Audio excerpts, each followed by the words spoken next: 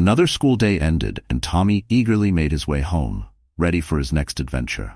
With a bite of his chocolate sandwich, he was transported high into the sky, where he found himself standing on a floating island made of pink cotton candy.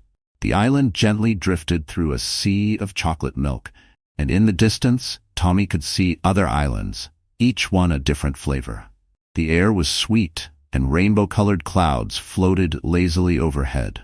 Tommy noticed that the islands seemed to be moving apart, drifting further and further away from each other. As he stood on the cotton candy island, a soft voice called out to him. It was a small gummy bear, waving frantically from a neighboring island. "Help!" the gummy bear cried. "Our islands are drifting too far apart. If they split completely, we'll never be able to visit each other again." Determined to help, Tommy looked around for a way to travel between the islands. Then he spotted a licorice vine hanging from the edge of the cotton candy island. With a determined grin, Tommy grabbed the vine and swung to the nearest floating island. The island wobbled as he landed, but he made it safely.